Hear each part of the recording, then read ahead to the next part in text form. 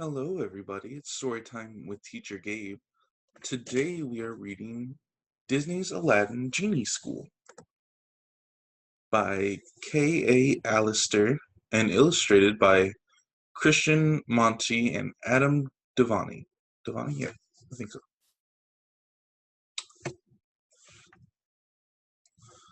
It was a beautiful day in Agrabah. High on a hill above the town, the palace gleamed in the sun. Last one to the palace, Aladdin began. Is a rotten egg, finished Princess Jasmine. Suddenly the air began to stir. In a blur of blue, in a blur of blue, a smiling genie took shape.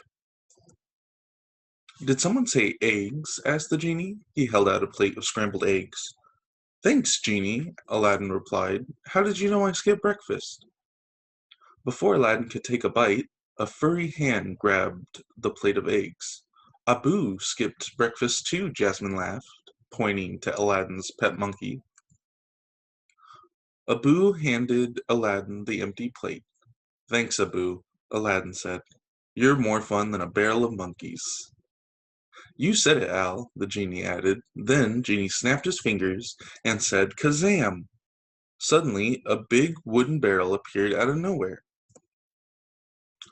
No offense, Abu, said the genie. The genie said as a dozen monkeys popped out of the barrel and began to sing and dance. At the end of their song, the monkeys took a bow. Then they climbed back into the barrel. In a flash, the barrel disappeared. Wow, Aladdin gasped. What a great trick. Where did you learn to do it? Asked Jasmine. In Genie School, of course, the genie said. Genie School? Aladdin repeated. Is there really such a place? You bet, the genie said. Just close your eyes and you'll see. Aladdin and Jasmine closed their eyes. Abu covered his eyes, but he still peeked. Kazam, the genie said. In a snap, Aladdin and Jasmine were sitting in a very strange classroom. The room was filled with little genies. The little genies looked just like the big genie, except for the blue part. There were yellow genies, red genies, purple genies, and even a teeny-weeny green genie. The genie took his place at the front of the classroom. He floated a few feet off the ground. Good morning, class, said the genie. Today we're going to review yesterday's lesson, appearing and but before he could finish saying disappearing, all the yellow genies, red genies, purple genies, and even the teeny-weeny green genie were gone. A moment later, they were back in their seats. Bravo, bravo, the genie said proudly. I guess he wasn't kidding about Genie School, Jasmine said to Aladdin. The genie floated over their heads. Hey, would I kid you? He asked. Before Aladdin and Jasmine could answer, a nanny goat and her 3 kids trotted in from nowhere. They erased the chalkboard with their tails. When it was clean, the genie made the goats disappear. Now let's do some mathematics, said the genie. Math, groaned the teeny-weeny green genie. Who needs math? Everyone, said the genie. Think about it. We give out 3 wishes, no ifs, ands, or buts. If you don't learn your numbers, who knows how many wishes you might grant? Your work would never get done. Now count along with me, the genie said. 1, 2, 3. And he has 3 heads. When their math lesson was over, the little genies had some milk and cookies. The genie is a very good teacher, Aladdin said, but I know a few tricks. Really, Jasmine cried, show me. I just made 3 delicious cookies disappear, grinned Aladdin. He bowed. That's your trick? Jasmine asked. Watch this. I can grow a mustache. Jasmine gulped down a glass of milk. Kazam, she said. After all the genies gobbled the last of the cookies and swallowed the last of the milk, it was time for a nap. The genie dimmed the lights. All the genies, the yellow ones, red ones, purple ones, and the teeny-weeny green genie disappeared into their lamps. After a short snooze, the genies were ready to learn their ABCs. A is for apple, began the red genie. He snapped his fingers, and an apple appeared on the desk. B is for banana, a yellow genie said next. She snapped her fingers, and a banana appeared on her desk. This looks easy, Aladdin told Jasmine. C is for chocolate candy, he said, snapping his fingers. One snap, two snap, three snap. Nothing happened. Aladdin snapped 3 more times, nothing. All the little genies giggled. The teeny-weeny green genie laughed so hard he fell out of his chair. I guess it's not as easy as it looks, Aladdin said. Actually, Al, the genie said, floating overhead, it's as easy as pie. He snapped his fingers and gooey chocolate cream pie appeared on Aladdin's desk. Aladdin and Jasmine dipped their forks into the pie. Jasmine said, delicious. C is for creamy, said Aladdin. Abu scooped out a big piece of pie for himself. At 3 o'clock, the bell rang. School's out, cried the genie. All the genies floated away on their magic carpets. How will we get home? Asked Aladdin. We don't have a magic carpet. Kazam, cried the genie. Suddenly, Aladdin and Jasmine were back in Agrabah. Abu was with them too. Let's try those genie school tricks, Aladdin said. B is for banana. And Aladdin snapped his fingers. Nothing. In a whirl of blue, the genie appeared. He handed Abu a bunch of bananas. But why can't I do that, Genie? Said Aladdin. I went to genie school. True, Al, my pal, said the genie. But all of that appearing and disappearing stuff is for genies only. And to make his point, the genie disappeared. And that's the end of Genie School. And next we have Monsters, Inc. Boo on the Loose by Gail Herman and illustrated by Scott Tilley, Floyd Norman, and Brooks Campbell. Gotta turn this page. Let's see. There we go. James P. Sullivan, or Sully, was the top scarer at Monsters, Inc. He was Scare of the Month more times than anyone else. Scaring kids and collecting their screams was a very important job. Kids' screams powered the whole city of Monstropolis.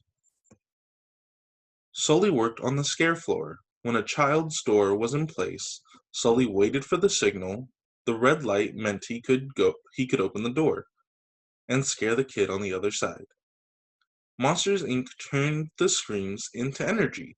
Big scares meant big screams, and big screams meant big energy. One night, Sully was heading home.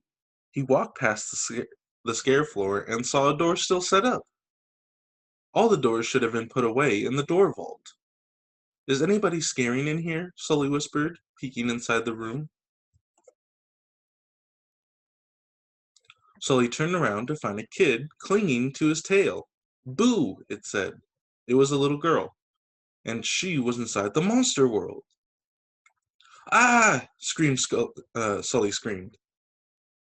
Every monster believed that children were dangerous. They were like poison to monsters. So Sully carefully tried to carry the kid back into her room. But she kept coming back out. Kitty, she cried to Sully. Sully had to do something. If anyone found out there was a kid loose in Monstropolis, who knew what would happen? There was only one monster Sully could tell his secret to. His best friend, Mike. He was sure that Mike would know what to do.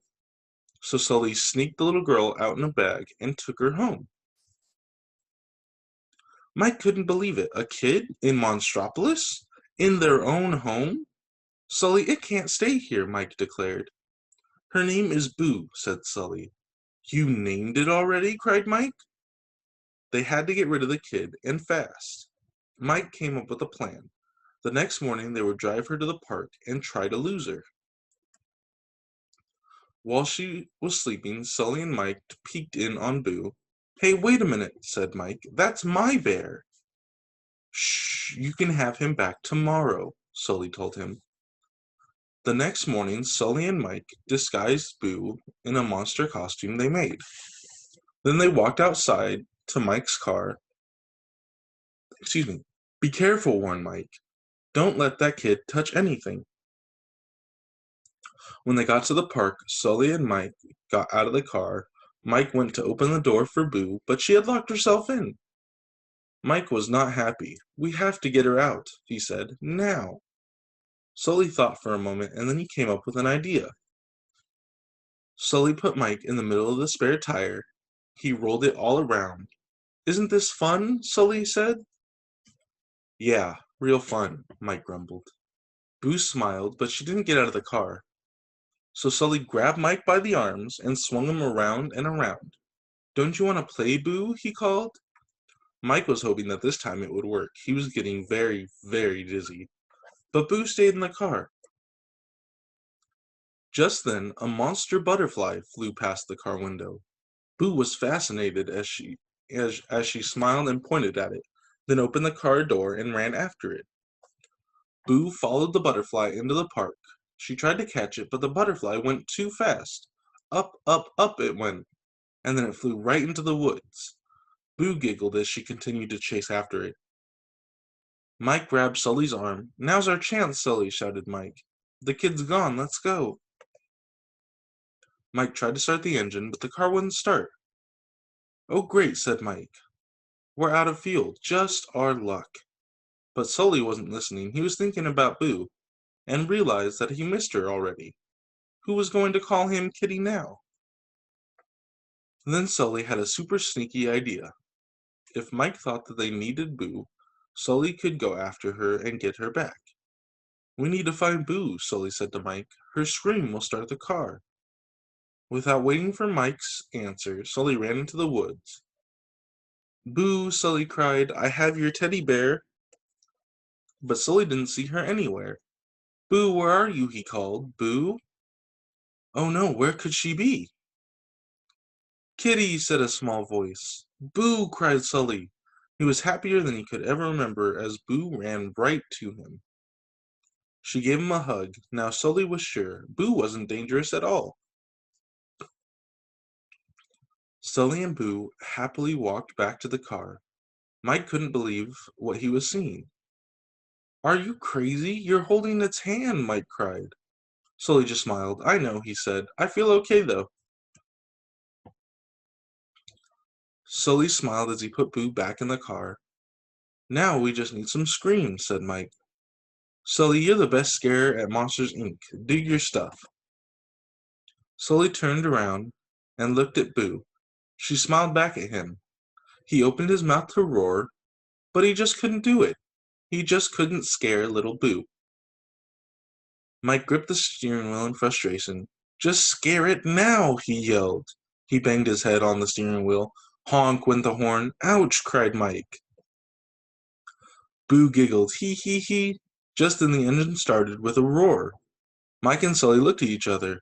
Whoa, how did that happen? Mike looked at Boo. All right, okay, she can stay. For now, he said. But just remember, added Mike, that's my bear. All right, and that's Monsters, Inc. Boo on the Loose. All right, that's all the stories I have for today. Thank you for joining me for story time. I hope you guys have a good day.